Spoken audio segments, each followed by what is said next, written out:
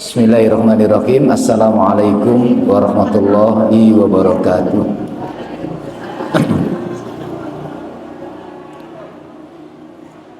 Alhamdulillahirabbil alamin. Lakal hamdu kama yanbaghi li jalali wajhika wa 'azami sultanik. Ahla thana'i wal majid. Wassalatu wassalamu ala nabiyyina Muhammad sallallahu alaihi wasallam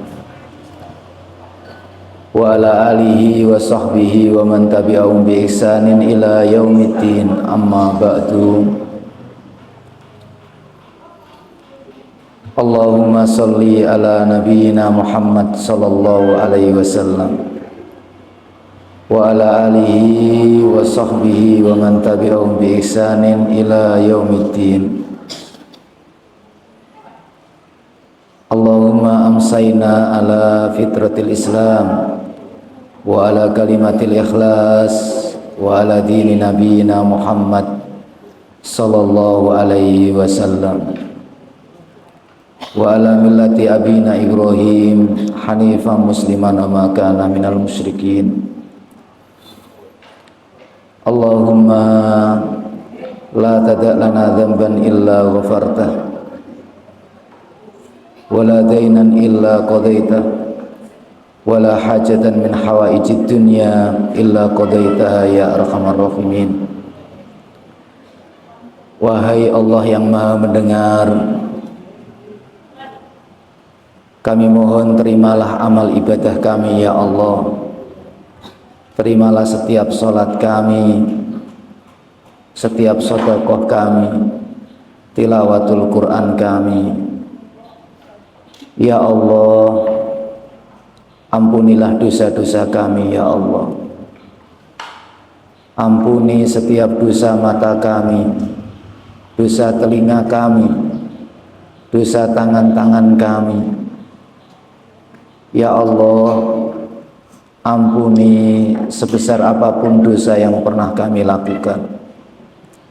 Ampuni ya Allah sebanyak apapun maksiat yang pernah kami kerjakan.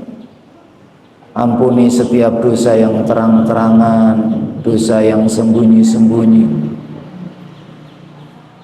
Ya Allah, ampunilah dosa kami, ampuni dosa keluarga kami, ampuni dosa anak-anak kami, dosa kedua orang tua kami.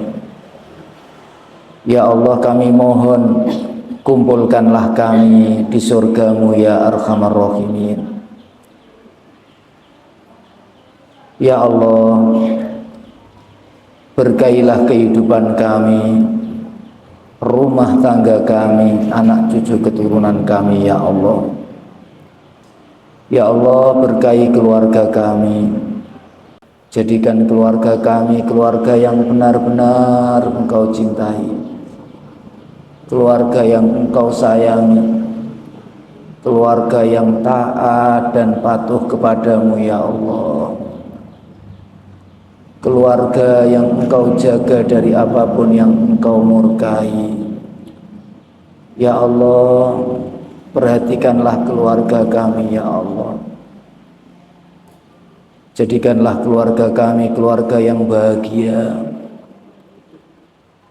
Wahai Allah yang Maha mendengar, kami mohon karuniakan kepada kami putra-putri yang soleh, putra-putri yang mulia akhlaknya, sehat lahir batinnya, teguh imannya. Ya Allah, kami mohon jagalah putra-putri kami dari setiap kecelakaan dunia. Ya Allah, jagalah putra-putri kami dari setiap kedurhakaan dan kesesatan ya arhamar rahimin. Ya Allah, kami mohon berikanlah kami di dunia kebaikan, kebahagiaan, dan berikanlah kami nanti di akhirat kebahagiaan ya arhamar rahimin. Rabbana atina fid dunya hasanah wa fil akhirati hasanah wa qina adzabannar. Ibu-ibu majelis taklim Riyadul Jannah, Nggih. Saya baru tahu namanya karena baru lihat pamfletnya. Ingkang dipun rahmati Allah, alhamdulillah sore hari ini kita bisa kembali berjumpa di dalam satu majelis ini. Mudah-mudahan Allah Subhanahu wa taala memberikan berkah pada majelis kita sehingga kerawan kita semuanya membawa manfaat kangge kita untuk kehidupan kita dan untuk akhirat kita nanti. Ibu-ibu, kita bersyukur kepada Allah, kita berterima kasih kepada Allah, Allah yang ngasih semuanya ini. Kita sering bahagia, kita bisa kumpul-kumpul seperti ini. Mudah-mudahan nanti di surganya Allah kita ketemu lagi, kita bahagia lagi. Allahumma amin. Sore hari ini kita akan belajar kaidah-kaidah yang ada di dalam Al-Quran. Banyak sekali kaidah-kaidah kehidupan yang ada di dalam Al-Quran. Garis-garis yang ditentukan Allah. Kalau kita mengikuti garis-garis itu, maka kehidupan kita pasti akan bahagia, selamat, baik di dunia, lebih-lebih nanti di akhirat. Tetapi kalau kita keluar daripada putusan-putusan Allah, maka kita tidak akan bahagia, baik di dunia maupun di akhirat. Allah Subhanahu wa taala menciptakan kehidupan ini. Ini Allah yang nulis semuanya. Dan Allah tahu apa jalan kebahagiaan itu. Dan Allah berikan Al-Quran kepada kita sebagai pedoman keselamatan kehidupan. Sudah banyak sekali kaidah-kaidah Al-Quran yang kita pelajari. Sore hari ini kita akan belajar tentang kaidah dalam surat Al-Baqarah ayat 189. Nanti yang hafal surat Al-Baqarah insya Allah nanti bisa lebih memahami ayat ini. Allah Subhanahu wa taala berfirman, waqtul buyuta min abwabiha. Datangilah rumah-rumah melalui pintunya. Masuklah rumah melalui pintunya. Ini kaidah kita. Kalau ingin masuk rumah ya lewat pintu. Jangan lewat gentengnya, jangan lewat jendelanya, jangan lewat belakang. Ini satu kaidah kehidupan ya, yang disampaikan Allah di dalam Al-Quran. Sebelum kita terangkan lebih jauh, kita membahas ayat utuhnya dulu ya. Ada dalam surat apa Ibu? Dalam surat Al-Baqarah ayat 189. Datangilah rumah melalui pintunya. Allah berfirman, A'udzubillahi minasyaitonirrajim. Yas'alunaka 'anil ahillah. Kata Allah, wahai Muhammad, mereka bertanya kepadamu tentang hilal-hilal, tentang bulan. Kul, katakan wahai Muhammad, hiya mawaqitu linnas wal hajj. Hilal, bulan itu adalah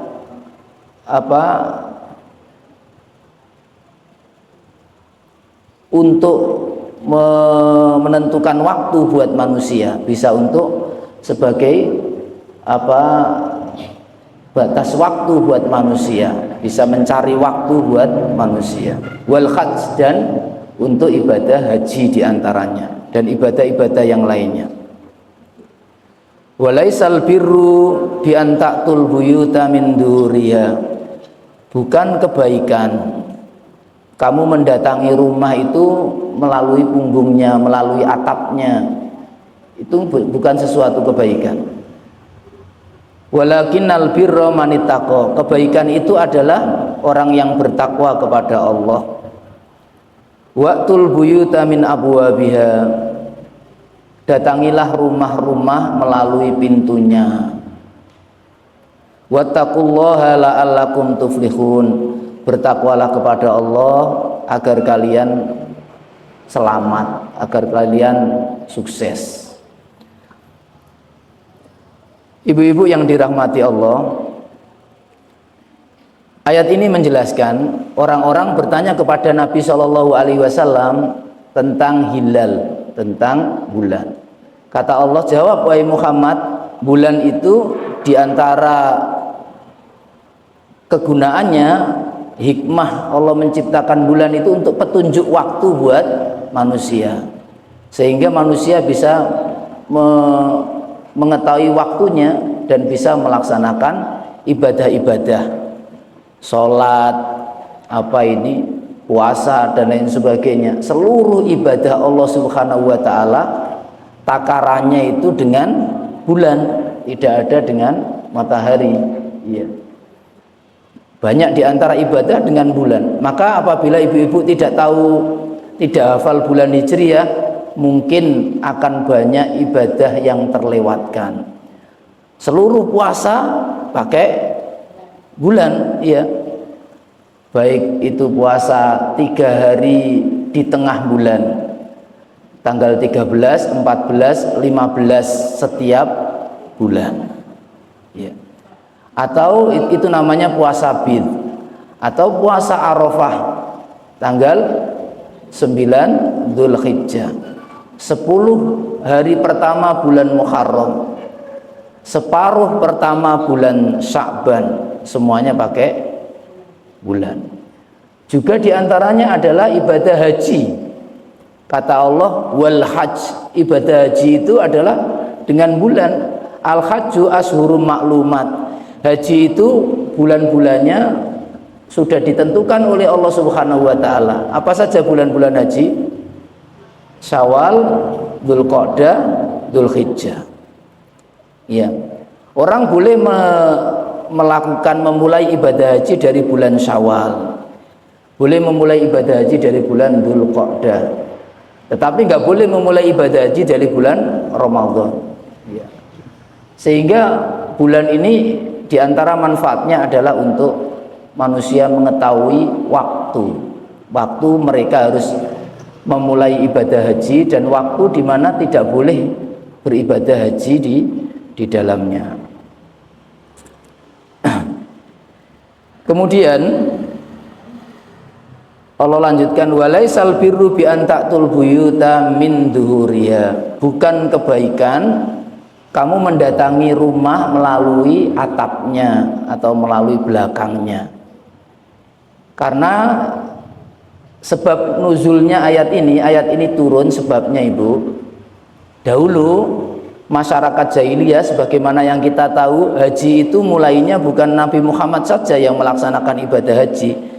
Banyak diantara para nabi, mulai dari Nabi Ibrahim melaksanakan ibadah haji, semuanya. Nabi Musa dan umat-umat dahulu melaksanakan ibadah haji. Bahkan Rasulullah Shallallahu Alaihi Wasallam, beliau beribadah haji sebelum beliau mendapatkan wahyu, begitu. Ya, hajinya berbeda tentunya, ya. Ada ketentuan-ketentuan haji dulu. Tetapi mereka tawaf mengelilingi Ka'bah. Mereka juga berikhram, melaksanakan ikhram. Nah, orang-orang dahulu kalau sudah berpakaian ikhram, kemudian sedang melaksanakan ibadah haji, itu kemudian berpakaian ikhram pulang ke rumah, mereka pulang tidak boleh lewat pintunya. Kalau sudah ikhram atau sedang ikhram atau pulang dari haji, pulang ikhram itu, mereka kalau pulang ke rumah tidak boleh lewat pintunya, harus loncat. Ini zaman dulu begitu. Atau lewat belakangnya, atau lewat jendela, tidak boleh lewat pintu. Begitu. Kok bisa begitu? Ya, orang-orang dahulu membuat-buat seperti itu. Ya. Mungkin itu demi keselamatan dan apa yang dengan cerita yang dibuat-buat. Paham ibu-ibu ini? Paham ya? Jadi kalau ikhram, mereka punya syariat tidak boleh lewat rumah melalui pintunya, harus lewat loncat lewat atapnya atau lewat jendelanya. Ini. Nah itu ditegur oleh Allah, kebiasaan itu ditegur oleh Allah Subhanahu wa ta'ala. Itu bukan kebaikan kata Allah. Kamu masuk rumah tidak melalui pintunya itu bukan satu kebaikan, ya. Walakinnal birra manittaqo. Kebaikan itu bertakwa kepada Allah Subhanahu wa ta'ala. Allah Subhanahu wa ta'ala menentukan hal-hal yang merupakan amalan-amalan yang mendekatkan kita kepada ketakwaan kepada Allah, atau amalan-amalan yang menjadikan kita wujud bahwasanya kita bertakwa kepada Allah Subhanahu wa ta'ala. Maka Allah perintahkan waqtul buyuta min abwabiya, masuklah rumah lewat pintunya, jangan lewat selain pintu, nggak boleh, ya. Apa yang kamu ada cerita-cerita yang macam-macam, nanti kalau lewat pintu seperti ini, kalau seperti ini, enggak. Pokoknya kalau masuk rumah lewat pintu, dan itu perintah Allah, berarti itulah ketakwaan kepada Allah Subhanahu wa ta'ala. Kalau kamu buat macam-macam yang itu tidak ada perintah dari Allah Subhanahu wa ta'ala, itu bukan ketakwaan kepada Allah. Masuk rumah ya lewat pintunya. Wattaqullaha la'allakum turhamun. Kalau kamu pengen selamat, la'allakum tuflihun. Kalau kamu pengen selamat, pengen berhasil, maka kamu harus melewati pintunya, harus bertakwa kepada Allah Subhanahu wa ta'ala. Ini sebab turunnya ayat ini. Nah, ibu-ibu yang dirahmati Allah, kaidah ini dalam aplikasi kehidupan kita sehari-hari. Apa kaidahnya tadi, Bu? Kalau masuk rumah ya lewat pintunya. Maksudnya apa? Maksudnya semua itu ada prosedurnya, ya. Nggak boleh gawe-gawe, ya. Kamu macam-macam, semuanya itu ada prosedurnya. Kalau nggak sesuai dengan prosedurnya nggak akan sampai, ya. Dalam hal apa saja itu seperti itu. Ini kaidah kehidupan. Makanya dalam kehidupan kita itu ada, semua hal itu ada prosedurnya, ada jalannya. Kalau kamu seperti ini, jalannya itu seperti ini. Makanya para ulama mengatakan, ada ungkapan yang sangat bagus, tarjun najata walam tasluk masalikaha innas safinata la tajri alal yabas. Kamu ingin berhasil tapi kamu tidak melalui jalannya, ketahuilah sesungguhnya perahu itu tidak bisa berjalan di daratan, ya. Kalau pengen berhasil ya harus melalui jalannya. Kalau kamu pengen berhasil dalam hidup ini, tempuh jalannya. Masuklah rumah melalui pintunya. Ada prosedurnya. Dalam hal apa saja itu ada prosedurnya. Tidak boleh sembarangan. Paham ibu-ibu ini? Nah, kaidah ini dipakai untuk apa saja, banyak hal. Ini kaidah yang sangat bagus, ya. Di antaranya adalah kaidah ini bisa kita terapkan di dalam ibadah kepada Allah Subhanahu wa ta'ala. Ibadah kepada Allah ada prosedurnya untuk diterima Allah. Tidak boleh sembarangan membuat ibadah macam-macam. Ada prosedurnya. Kalau ingin beribadah, sholat maghrib ya 3 rakaat, sholat isya ya 4 rakaat dengan menggunakan wudhu. Tanpa wudhu tidak boleh, ya. Tidak diterima orang yang sholat tanpa wudhu. Ini ada prosedurnya, begitu. Wudhu pun ada syariatnya, ada syarat-syaratnya, ya. Orang yang haid tidak ada gunanya wudhu, ya. Dia haid, begitu, dan lain sebagainya. Semuanya ada prosedurnya. Tidak boleh membuat ibadah sendiri-sendiri. Kalau seseorang boleh membuat ibadah sendiri-sendiri, maka apa gunanya diutus para nabi? Nggak ada gunanya. Rasulullah SAW diutus itu untuk menjadikan petunjuk, untuk menunjukkan panjenengan ini loh pintunya di dalam ibadah. Ini kalau kamu mau masuk, masuklah lewat pintunya. Ini prosedurnya seperti ini ibadah. Ibadah tidak bisa diterima kecuali dengan petunjuk Rasulullah SAW. Maka tidak boleh membuat ibadah sendiri, nggak boleh. Ada ibu-ibu puasa, saya mau puasa, tapi saya puasanya saya buat nanti sahurnya mulai jam 3 malam itu saya sudah puasa, dan nanti bukanya nanti habis isya, maghrib nggak menjadikan saya buka. Bukan malah baik, waktunya makin panjang beribadahnya kepada Allah Subhanahu wa Ta'ala, tetapi itu bukan prosedurnya, begitu, nggak diterima oleh Allah Subhanahu wa Ta'ala. Ibu-ibu jamaah, kita ini harus mendekatkan diri kepada Allah lebih banyak. Maka setiap jam 8 pagi kita kumpul di sini semuanya, ya, kumpul di sini untuk melaksanakan sholat duha berjamaah di sini. Sebelum sholat kita awali dengan zikir-zikir seperti ini, harus membaca astagfirullah 200 kali misalnya. Boleh nggak seperti ini? Tidak boleh. Siapa yang mengajarkan seperti itu? Amalan yang dilakukan adalah amalan sunnah sholat duha, begitu. Tetapi ada prosedurnya, tidak boleh panjenengan kemudian membuat-buat amalan itu, memodifikasi amalan itu seakan-akan lebih baik menurut jenengan. Menurut kita ini lebih baik, ini mestinya seperti ini, lebih baik, lebih tertata, bisa jamaah sholat duha itu jamnya ditentukan. Nanti cara mengetahui waktunya sudah masuk, nanti pakai bel, tet, maka masyarakat ibu-ibu majelis taklim Riyadhul Jannah kumpul semuanya di musola al-Islam, ya. Terus sholat duha semuanya. Karena jamaah ya lebih enak, nanti imamnya dikeraskan suaranya, wah dimodifikasi. Ini nggak boleh begitu. Kenapa? Ini ibadah tidak melalui pintunya. Paham ibu? Semuanya itu ada prosedurnya. Makanya kita ibadah itu harus benar-benar mencontoh daripada Rasulullah Shallallahu Alaihi Wasallam. Jangan membuat-buat sendiri. Ada, karena menyinggung sholat duha tadi, ada yang tanya, Ustadz, sholat duha berjamaah itu bagaimana? Boleh. Rasulullah pernah sholat duha, sholat sunnah secara berjamaah. Tapi apabila itu diberi waktu khusus, harus jam 6:30 pagi dan setiap hari, nah, itu tidak baik akhirnya. Nanti jangan-jangan menjadi syariat yang tidak ini. Rasulullah nggak mencontohkan seperti itu. Ya, kalau sesekali pengen sholat jamaah duha silahkan, sesekali enggak begitu. Paham ibu-ibu? Dalam hal ibadah apa saja Rasulullah bagaimana, ya seperti itulah. Begitu. Dalam ikhram misalnya, ikhram, ya. Ketika kita sudah masuk ikhram, saya nggak pernah ikhram. Yang pernah saya malu sama. Lah, yang dibuka adalah misalnya pundak kanannya. Terus kamu pengen buka dua-duanya biar lebih ini.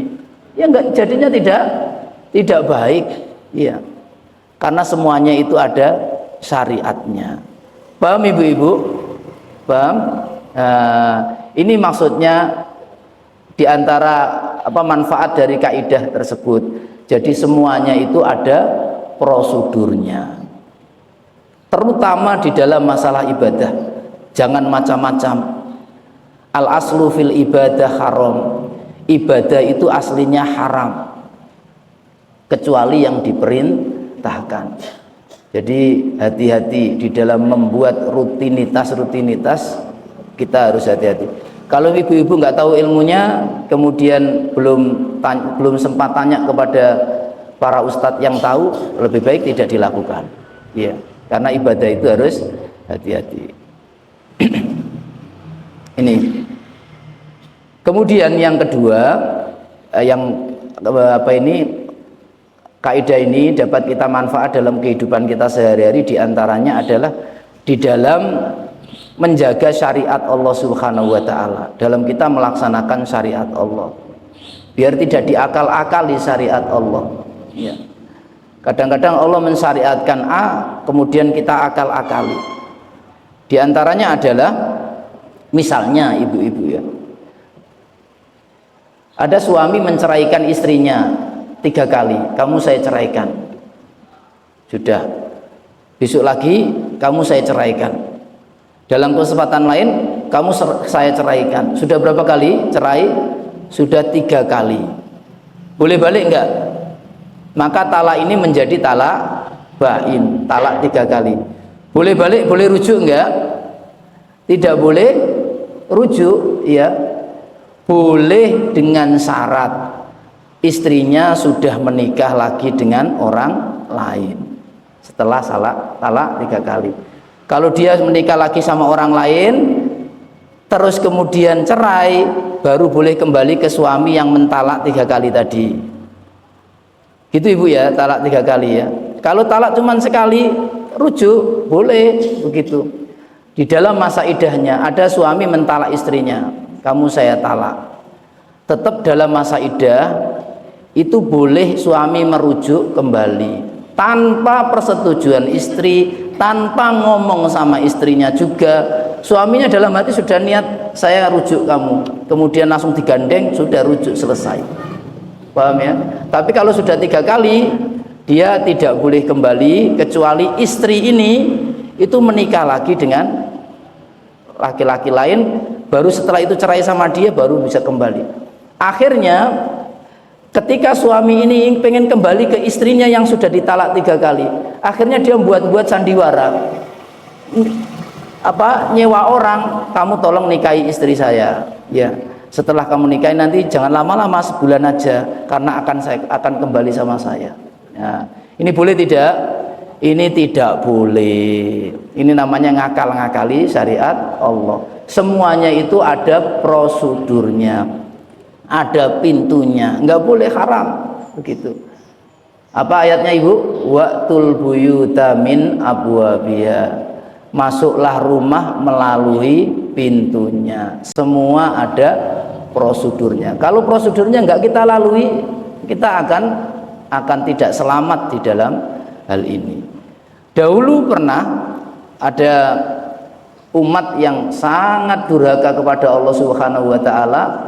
Mereka diuji oleh Allah, diharamkan menangkap ikan pada hari Sabtu.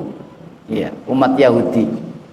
Jadi hari Sabtu diharamkan menangkap ikan, diuji oleh Allah, nggak boleh nangkap ikan. Lah, setiap mereka ke pantai hari Sabtu, ikannya itu dibuat memang banyak, terus loncat-loncat sampai kelihatan sama mereka, melet. Ya, ikan di lautan loncat-loncat buahnya. Nah, akhirnya orang Yahudi tadi mengakali, ya, memasang perangkapnya dibuka pada hari Jumat. Nanti hari Sabtu ikannya biar loncat. Ngambilnya hari Ahad. Begitu. Hari Sabtunya memang libur, tetapi perangkap ikannya itu dipasang pada hari Jumat. Ini mengakal-ngakali syariat, nggak boleh mencurangi syariat Allah Subhanahu wa taala. Akhirnya Allah marah dan mereka dikutuk oleh Allah Subhanahu, maksudnya dijadikan oleh Allah sebagai menjadi keras semuanya, menjadi monyet semuanya. Ini waqtul buyuta min abwabiha, masuklah rumah melalui pintunya masing-masing. Jangan masuk tidak melalui pintunya, nggak boleh. Di dalam kehidupan kita saja, kita pengen membuat apa saja harus melalui prosedurnya. Ibu kalau mau membuat KTP kemana dulu? Nah, ya ke RT dulu mungkin ya. Kemudian habis itu datang ke kecamatan, terus foto, ada prosedurnya. Ada prosedurnya masing-masing. Kalau nggak ditempuh prosedurnya dengan baik, maka nggak akan berhasil. Saya kemarin punya cerita, saya membuat paspor ibu, ya, membuat paspor ibu. Ini kehidupan, ingat sama kaidah ini. Di antara syaratnya itu harus ada akte. Kalau akte nggak ada berarti surat nikah. Surat nikah zaman dulu itu tidak ada tanggal lahirnya, ya. Maka harus butuh tanggal lahir. Terus tak tunjukkan ini KTP-nya ada tanggal lahir. Lo nggak diterima, KTP-nya nggak diterima. Harus ada keterangan dari KUA tanggal lahir dari ibu ini. Paham tuh kamu? Sebenarnya kalau pengen tahu tanggal lahirnya, ini ada KTP-nya asli, ini bisa dilihat tanggal lahirnya. Karena surat nikahnya itu tidak ada tanggal lahirnya. Jadi untuk butuh tahu tanggal lahir itu tidak bisa dilihat dari KTP itu tadi. Mestinya kan gampang, tinggal lihat dari KTP loh Pak, ini KTP-nya tanggal lahirnya segini, kan gitu. Ya. Tapi prosedurnya nggak gitu Ibu. Prosedurnya itu harus, karena surat nikahnya nggak ada tanggal lahir, maka harus ada keterangan KUA yang menunjukkan tanggal lahir daripada surat nikah ini. Akhirnya kembali, padahal cuman itu bisa dilihat lewat KTP, tapi kenyataannya memang prosedurnya begitu. Kalau saya ngeyel, wes gini saja nggak akan dapat paspor, ya nggak akan dikeluarkan paspor untuk Mae, tapi kalau kita ikuti ya pulang ngelengkapi lagi, prosedurnya ditempuh, maka kita akan sampai. Itu segala sesuatu itu butuh prosedur, ya, apalagi ibadah kepada Allah Subhanahu wa Ta'ala. Paham ibu-ibu ini? Di antaranya ibu, di antaranya para ulama menjelaskan waqtul buyuta min abwabiha, masuklah rumah melalui pintunya. Itu diantaranya di dalam menghadapi ujian-ujian, di dalam menghadapi permasalahan-permasalahan. Kadang ujian Allah Subhanahu wa Ta'ala itu datang, terus kita menghadapi itu tidak pas cara kita menghadapi, kita tidak melalui pintunya, sehingga ujian Allah, musibah yang kita hadapi, kesulitan yang kita hadapi itu nggak selesai-selesai, karena cara kita menghadapinya tidak melalui pintunya. Begitu. Sebagaimana Ibnul Jauzi pernah ditanya, Ibnul Jauzi itu pernah ditanya begini, wahai Syekh, oleh muridnya, saya itu benci sama istri saya, tapi saya nggak bisa menceraikan dia karena saya punya hutang sama dia. Nanti kalau ditagih gimana, saya dipenjara sama pemerintah. Tapi saya sampai ngerti dia, aku benci lah pokoknya, nggak ada cintanya sama istri saya. Terus ini gimana, bagaimana ini masalah keluarga saya ini? Saya sering mengeluh, saya sampai karena saking bencinya saya, saking nggak cintanya itu, sampai saya mengeluh ke sana, mengeluh sini. Saya takut, ini solusinya bagaimana? Ada masalah keluarga yang dia hadapi. Disampaikan ke ustadznya Ibnul Jauzi, bahwasanya dia membenci istrinya, tidak cinta sama istrinya, tapi mau gimana lagi? Dia punya hutang uang, ya. Kalau menceraikan istrinya, nanti istrinya nagih uangnya, dia nggak bisa bayar, ngambil polisi, di penjara dia, ya, takut. Kata Ibnul Jauzi, waqtul buyuta min abwabiha. Kalau kamu ingin menyelesaikan permasalahanmu, masuklah rumah melalui pintunya. Kalau mengeluh itu bukan menghilangkan masalahmu, mengeluh, mengadu, cerita ke orang lain, itu tidak menghilangkan masalah. Itu bukan melalui pintunya. Apa melalui pintunya? Istrimu seperti itu, ya, itu adalah musibah dari Allah Subhanahu wa Ta'ala. Itu Allah yang memutuskan. Kenapa kamu bisa dikuasai oleh istrimu? Kamu tidak mampu, ya, kamu kalah sama istrimu. Itu karena Allah Subhanahu wa Ta'ala yang memutus. Maka kamu harus datang melalui pintunya. Ini musibah, ini harus kamu selesaikan lewat jalannya, ada prosedurnya. Apa itu? Satu, kamu harus datang kepada Allah sendirian, banyak-banyaklah bersendirian kepada Allah. Ujian yang kamu terima ini, musibah yang kamu hadapi ini adalah karena dosa-dosamu, maka banyak-banyaklah minta ampun kepada Allah Subhanahu wa Ta'ala, banyak-banyak membaca istighfar, insya Allah selesai. Lah ini, ya, jadi ujian musibah itu mungkin karena dosa-dosa kita, ya, mungkin karena kesalahan-kesalahan kita. Kalau kita menghadapi ujian ini dengan tidak jalannya, dengan kemudian mengeluh, mengadu, menangis, berteriak-teriak kepada siapapun, nggak akan selesai ujian itu. Anda tidak datang, tidak melewati pintunya. Melewati pintunya itu apa? Ya, minta ampun kepada Allah Subhanahu wa Ta'ala. Akui bahwasanya kita itu telah berbuat dosa. Ya Allah, saya telah berbuat dosa. Entah saya tahu atau tidak saya tahu. Ya Allah, sekarang saya datang. Ya Allah, dari dosa-dosa saya ini hukumanmu sudah saya terima, ini hukumanmu ya Allah, saya sudah menerima dan hukumanmu adil untukku, maka ampunilah kami ya Allah ampuni aku ya Allah, aku sudah ikhlas menerima hukuman ini. Datang kepada Allah Subhanahu wa ta'ala, maka masalah itu akan selesai karena kita telah melewati pintunya. Jadi ujian, musibah itu jalan untuk menghadapinya adalah beristighfar kepada Allah Subhanahu wa ta'ala. Makanya dahulu ketika ada paceklik ya, tidak ada hujan, kering, kerontang, itu Nabi Musa kemudian mengumpulkan kaumnya, semuanya dikumpulkan ya. Kok sudah lama ini nggak ada hujan, berarti di antara kalian pasti ada yang berbuat dosa kepada Allah Subhanahu wa ta'ala. Pasti ada yang berbuat dosa. Tapi Nabi Musa nggak bilang, ayo yang berbuat dosa ngacung, enggak ya. Tapi pasti di antara kalian ada yang berbuat dosa sehingga dosanya itu membuat Allah menahan hujan. Hujannya ini nggak turun. Maka saya minta yang berbuat dosa beristighfar kepada Allah, minta ampun kepada Allah. Akhirnya di antara Bani Israel kaumnya itu ada yang menutup sorbannya, dia dulu nangis kepada Allah Subhanahu wa ta'ala, akhirnya hujan itu turun. Nabi Musa menempuh pintunya ya, melewati prosedurnya.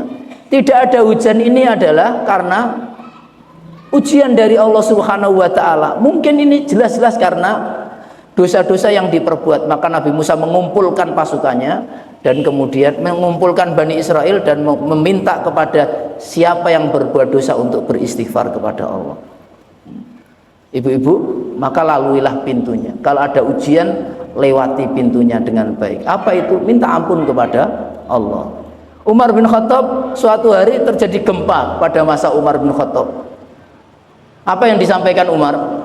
Umar mengatakan, kalau ada gempa lagi, kamu tak tinggal semuanya, saya nggak mau tinggal sama kalian. Kenapa? Karena gempa ini adalah perbuatan maksiat kita yang menjadikan gempa ini. Maka minta ampunlah kepada Allah Subhanahu wa ta'ala, beristighfarlah kepada Allah. Akhirnya kaum muslimin, masyarakatnya Umar bin Khattab, mereka beristighfar kepada Allah dan tidak terjadi lagi. Dan Umar bin Khattab tahu betul bahwasanya cara menghadapi musibah itu adalah beristighfar kepada Allah. Cara menghadapi permasalahan itu beristighfar kepada Allah. Paham ibu-ibu? Ini jalannya. Kalau kita tahu jalannya, maka kita insya Allah akan berhasil di dalam menghadapi kehidupan. Kaidah ini. Kemudian juga kaidah masuklah rumah melalui pintunya bisa kita gunakan juga dalam kehidupan kita sehari-hari di dalam menasihati orang lain. Nggih, Ibu. Dalam kita menasihati orang lain, ya. Berbeda menasihati orang itu, menasihati orang besar sama menasihati orang kecil itu beda. Menasihati ibu-ibu sama menasihati anak-anak berbeda. Menasihati berbicara dengan orang punya jabatan dengan berbicara dengan rakyat jelata berbeda. Maka kita harus menempuh jalan ini. Kalau yang kita ajak berbicara itu adalah orang besar, punya jabatan, punya tahta, punya kekuasaan, maka cara berbicara kita harus bagus agar kita selamat di kehidupan dunia ini. Allah Subhanahu wa ta'ala memang memerintahkan berbicara kepada siapapun harus baik. Kepada siapapun, kepada orang tua kita, kepada orang yang umurnya lebih tua, kepada orang yang berbuat baik kepada kita, semuanya harus baik. Tetapi kepada orang yang punya jabatan berbicaranya berbeda dengan orang yang tidak punya jabatan.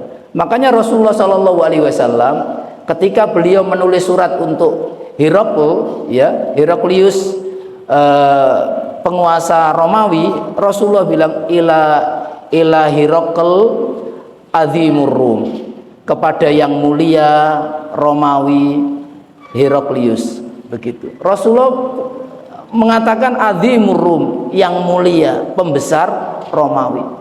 Itu jabatan beliau, itu jabatan dunia beliau disampaikan oleh Rasulullah SAW. Ini cara Rasulullah SAW, beliau menempuh pintunya. Ini sedang berbicara sama penguasa, ditempuh caranya begini berbicara dengan penguasa.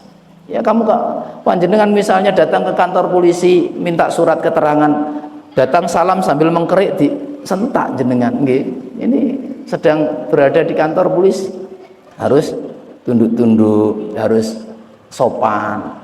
Ya, ini sedang ada di kantor yang kedisiplinannya dijaga dengan betul. Maka kita berbicara sesuai dengan tempatnya. Ya, nggak boleh sembarangan berbicara. Ini sedang berbicara dengan orang yang besar, ini sedang berbicara dengan orang yang mulia, ini berbicara sama ustadz. Akhirnya kalau kita bisa memposisikan diri kita seperti yang diperintahkan Allah ini, maka kita akan selamat di kehidupan kita. Selamat kita, ya. Maka orang yang selamat itu orang yang pintar memposisikan diri. Ya. Saya kalau di santri misalnya, ayo yang nggak hafal saya hukum. Nah kalau di sini masuk begitu, mau ada pintunya masing-masing. Ya. Cara ngaji sendiri juga begitu. Ngaji sama ibu-ibu, ngaji sama bapak-bapak beda. Cara mulainya beda. Ini ada ilmu cara berbicara, ada sendiri. Begitu. Inilah kita mempelajari bagaimana di dalam kehidupan kita ini kita melalui jalan yang pas, tidak salah jalan. Ibu-ibu yang dirahmati Allah Subhanahu wa taala. Kemudian yang selanjutnya contoh ini ya, contoh-contoh. Masuklah rumah melalui pintunya. Di antaranya juga bisa bermanfaat dalam kehidupan kita masalah menuntut ilmu. Ya. Masalah menuntut ilmu ini kita harus ada caranya. Ya. Orang yang menuntut ilmu pengen menjadi alim, maka dia misalnya pengen menjadi ulama, pengen menjadi ustadz, pengen menjadi dai, dia harus menuntut ilmu, belajarlah bahasa Arab dulu. Kalau nggak belajar bahasa Arab, maka nggak mungkin bisa mendalami Islam. Ini harga mati, ada jalannya. Kalau nggak mau belajar bahasa Arab, ya nggak mungkin bisa belajar mendalami agama Islam. Harus belajar bahasa Arab dulu. Kalau untuk orang awam mungkin tinggal tanya sama ustaznya. Tapi kalau pengen benar-benar menuntut ilmu, harus melewati jalannya. Ibu-ibu yang dirahmati Allah, ini beberapa contoh-contoh dalam kehidupan kita yang bisa kita manfaatkan kaidah tadi. Apa kaidahnya Ibu? Kaidahnya adalah masuklah rumah melalui pintunya. Banyak di antara kehidupan kita ini harus seperti itu. Karena apabila kita tidak melalui pintu, maka kita tidak selamat dalam kehidupan ini. Pinter-pinter harus jadi orang yang cerdas ya di dalam menghadapi semua permasalahan kehidupan. Ketika kita hadapi dengan benar, maka insya Allah semuanya akan selesai dengan baik.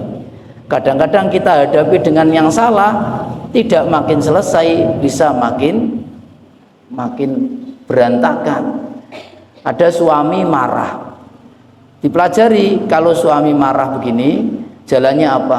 Kalau Anda ikut marah akan hancur keluarga ini. Maka sekali ketika suami marah misalnya jalannya yuk istighfar, jenengan kemudian banyak beristighfar kepada Allah, kemudian mandi dan sing ayu ya, siapkan makan untuk suami. Hal lain mungkin lebih cerdas daripada itu, tapi ada jalannya, ada prosedurnya ya, supaya kehidupan kita selamat. Wallahu a'lam bishawab. Ibu-ibu, saya pikir cukup materinya untuk sore hari ini. Silakan kalau ada pertanyaan kita.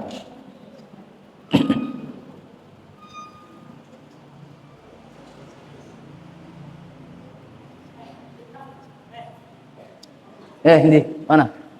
Masya Allah. Terima kasih Mas Ami.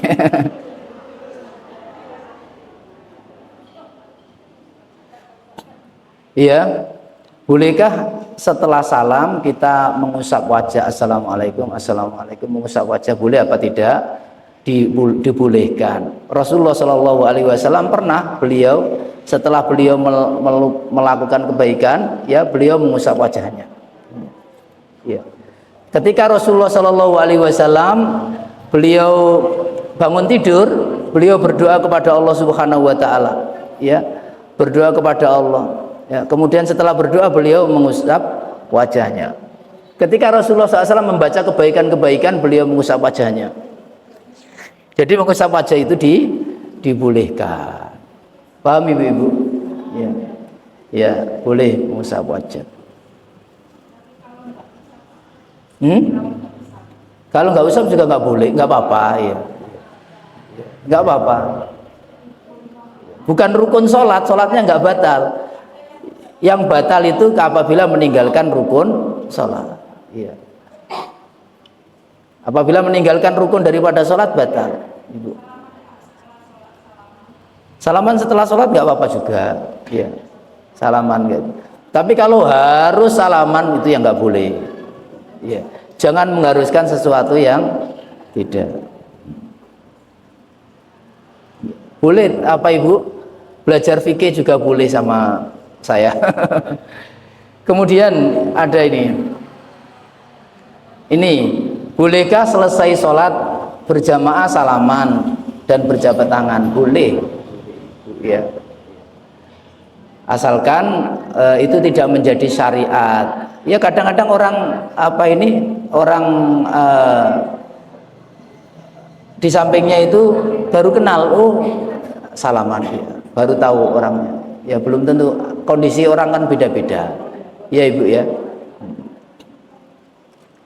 Kemudian saya sekaligus menjawab pertanyaan-pertanyaan yang di HP ya ibu ya. Di antaranya adalah, Ustadz bagaimana ketika kita sholat duhur terus imam kelebihan rokaat, ya imamnya kelebihan rakaat lali, jadi dia berdiri untuk rokaat yang kelima.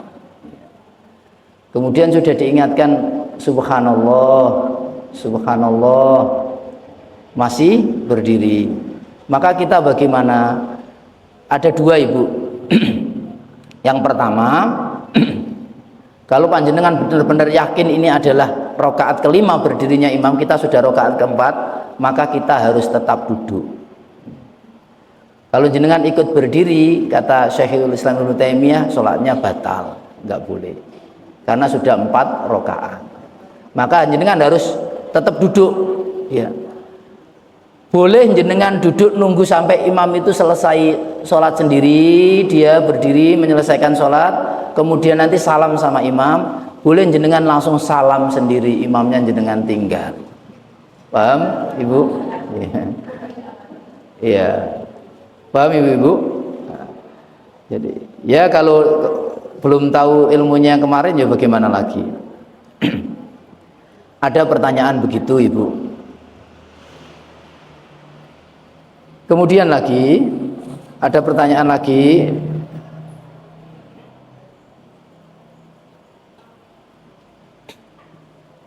tentang wudhu, ya. Rukun-rukun dalam wudhu apa saja, ya. Karena ini penting ibu, wudhu itu. Wudhu itu ada 6 ya. Rukunnya 1 niat. Ya tentu kalau mau wudhu itu niat. Yang kedua adalah membasuh wajah. Ya, membasuh wajah.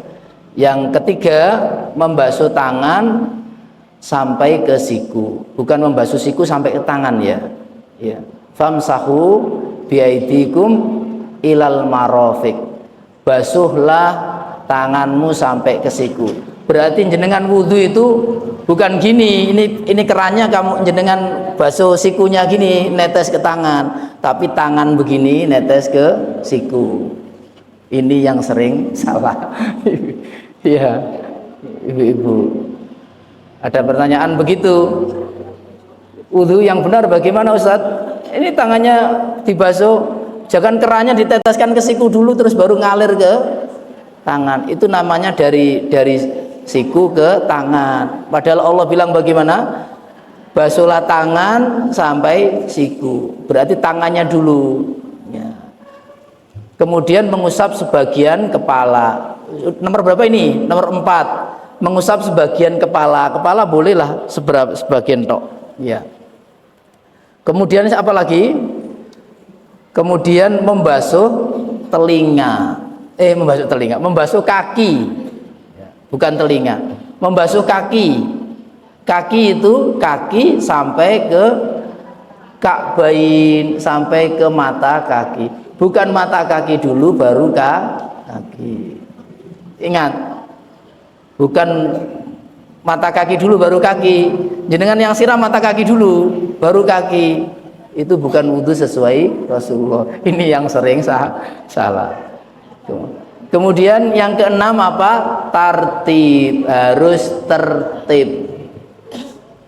Nah, harus tertib. Yang saya ingatkan ibu-ibu, saya ingatkan tadi, tangan dulu baru siku, kaki dulu baru mata kaki, bukan mata kaki dulu baru. Karena Allah bilang apa?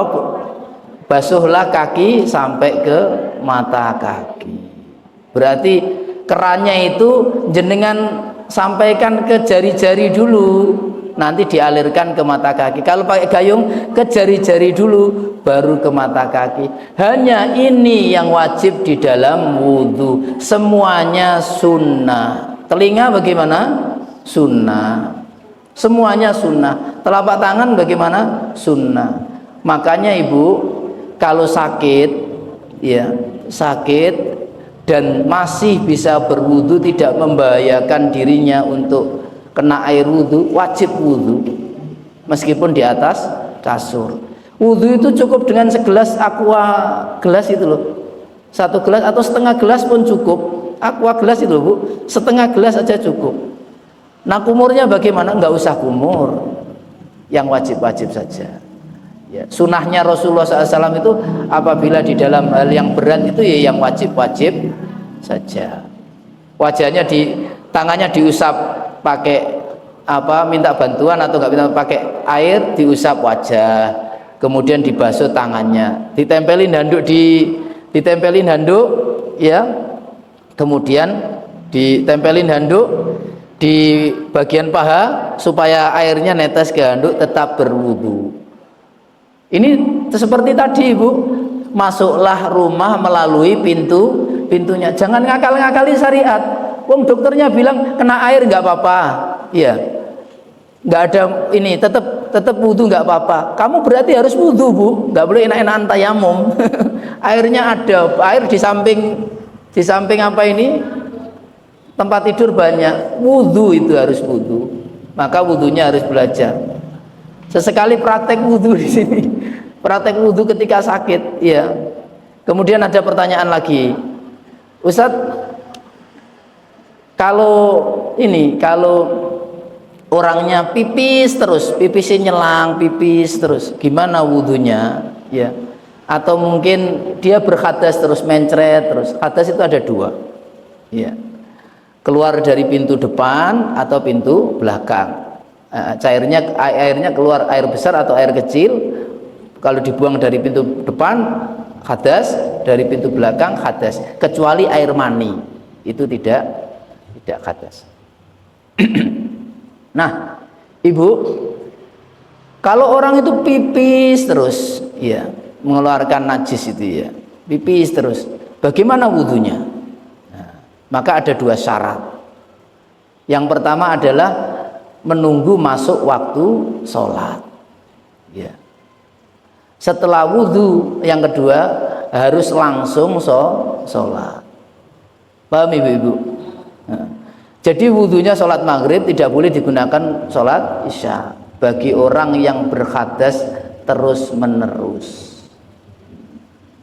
Misalnya pipis terus sampai pempesan, pokoknya nggak sadar dia, ngompol nggak sadar. Berarti adzan maghrib, adzan dia wudhu sudah masuk sholat, harus masuk, syaratnya tadi harus masuk waktu sholat, dan yang kedua harus langsung. Jadi nggak boleh jam 5:30 belum adzan wudhu dulu persiapan, nanti saya adzan langsung sholat, nggak boleh. Paham ibu? Orang yang berhadas terus itu nggak boleh begitu, dia harus menunggu adzan dulu, menunggu waktu sholat. Setelah waktu sholat tiba, wudhu langsung dilanjut. Kalau misalnya dia berwudhu kemudian disambangi ono tamu sing nyambangi, terus ngobrol-ngobrol, maka dia nanti wudhu lagi terus nyambung sholat. Wudhunya untuk sekali sholat ini, nanti sholat isya lagi itu dia berwudhu lagi. Untuk orang yang berhadas syaratnya 2 tadi, begitu. Paham ibu-ibu? Bismillah. Ya kalau lebih baik kalau bisa berwudu, tapi kan nggak apa-apa orang yang tidak punya wudu ngaji nggak apa-apa, tapi lebih baik berwudu. Termasuk kalau orang yang ngentut terus angger-angger dut. Ini menjadi saya nggak tahu ya, ada nggak penyakit begitu. Tapi kalau misalnya itu terus begitu kok, terus anginnya keluar terus, maka dia hukumnya seperti tadi, Ibu. Ya, seperti tadi. Begitu. Baca wudu lagi. Masih ada pertanyaan? Ada lagi? Kurang 1 menit. Tak kasih pertanyaan lagi ya. Pertanyaan. Alhamdulillah banyak yang tanya sama saya lewat HP, kadang nelpon. Ada juga tanya begini, Ustadz, saya punya teman, insya Allah nggak ada di sini ya. Saya punya teman itu nggak bisa bacaan sholat itu nggak bisa bacaannya belas, nggak bisa membaca sholat. Iya. Terus gimana? Tak suruh baca Robbana atina fid dunya hasanah Ustadz setiap gerakannya. Oh dia timbang gak iso, tak kon maca iku bae. Piye tat? Dia bilang begitu. Saya sampaikan, sholat itu rukunnya cuma 5, ya. Rukun bacaan loh, bukan rukun gerakan loh ya. Rukun gerakannya banyak, rukun bacaannya 5. Syukur kalau misalnya dia sholatnya jamaah terus bacaannya sudah ikut imam, ya toh. Mangkana laul imam fakiraatul imam lahu. Siapa yang memiliki imam sholat, maka bacaannya imam jadi bacaannya dia juga. Tapi kalau sholat sendirian bagaimana? Ini pertanyaannya yang ngono. Jadi timbang ngono tak ongkon Robbana atina fid dunya hasanah. Tak sampaikan Pak, gampang sholat itu. Rukunnya cuma ada 5. 1 takbir. Takbir itu yang menjadi rukun juga cuma 1. Takbiratul ihram saja. Takbir yang lainnya itu sunnah, nggak wajib. Takbirnya cuma 1, takbiratul ihram. Masa nggak bisa takbir? Ya bisa lah. Bisa tak? Terus yang kedua Fatihah menjadi rukun. Ya. Fatihah sudah. Kemudian yang ketiga itu tahiyat. Itu pun tahiyat akhir, bukan tahiyat awal. Tahiyat awal nggak baca apa-apa, nggak apa-apa. Tahiyat akhir. At-tahiyatu lillah wassalawatu wattayyibat. Assalamu alayka ayyuhan nabi wa rahmatullahi wa barakatuh. Assalamu alayna wa ala ibadillahi sholihin. Asyhadu an la ilaha illallah wa asyhadu anna muhammadan abduhu wa rasuluh. Selesai. Oh gitu tadi ya. Iya. Kemudian yang berberapa ini?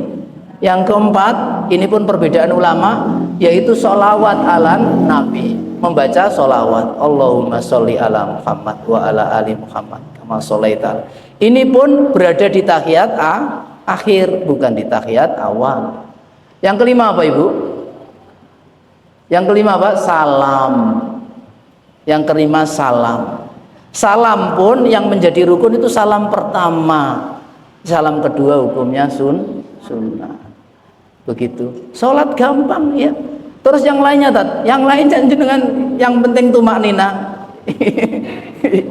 Ya kalau bisa ya belajar, tapi kalau nggak belajar ya. Wallahu a'lam bishawab. Ibu-ibu yang dirahmati Allah. Kalau ada pertanyaan-pertanyaan monggo. Tahu nomor saya toh? Minta sama panitia nanti ya. Nanti bilang sunnah. Iya. Tadi belum paham ya. Semua yang tidak saya sebutkan tadi 6 tadi, satu niat, membasuh muka, membasuh tangan sampai siku, membasuh kepala, membasuh kaki sampai mata kaki. Itu kan ayatnya Allah begitu itu. Kemudian urut nomor 6 urut. Selain itu semuanya sunnah. Membaca doa bismillah sunnah, berkumur sunnah, menghisap sunnah, membasuh telinga sunnah, membasuh telapak tangan sunnah, semuanya sunnah. Selain daripada itu tadi ya, ibu-ibu yang dirahmati Allah, ada hadis Nabi SAW begini, yang umurnya 60 tahun dengerin. Kalau sudah umur sampai 60 tahun, maka nanti dia tidak diambil hujahnya di depan Allah Subhanahu wa taala. Nanti alasan kepada Allah, ya Allah aku gak ngerti ibadahku salah ini, itu gak diterima oleh Allah. Paham Ibu? Jadi harus belajar, banyak-banyak tanya. Ini gimana, ibadah saya sudah benar belum? Ibadah saya sudah benar belum? Ibadah saya sudah benar belum? Minta nomor saya ke panitia, nanti banyak-banyak tanya, ngomong, Tat, ini saya santri jenengan kan santri saya toh, dari Majelis Taklim Riyadul Jannah, pengen tanya Tat, gimana ini ya supaya selamat, masuklah rumah melalui pintunya. Jangan tanya masalah ilmu fikih kepada ahli matematika, salah kamar ya. Jangan tanya juga ilmu waris kepada ahli matematika, meskipun ahli matematika itu ahli hitung-hitungan, tapi ilmu waris itu punya hukumnya, punya dalilnya. Datang ke ustaz. Panjenengan jangan tanya matematika ke saya. Ya. Ada pintunya masing-masing. Ini kaidah Al-Qur'an. Kalau kita bisa seperti itu, oh iya ya, saya butuh tanya hukum agama, ya saya datang ke ustadz lah. Kalau saya tanya ini, saya datang ke sini. Ini namanya kehidupan itu seperti ini. Ini yang disebut Allah, masuklah rumah melalui pintunya. Mudah-mudahan bermanfaat ibu-ibu semuanya. Subhanaka Allahumma bihamdika asyhadu an la ilaha illa anta astaghfiruka wa atubu ilaik. Assalamualaikum warahmatullahi wabarakatuh.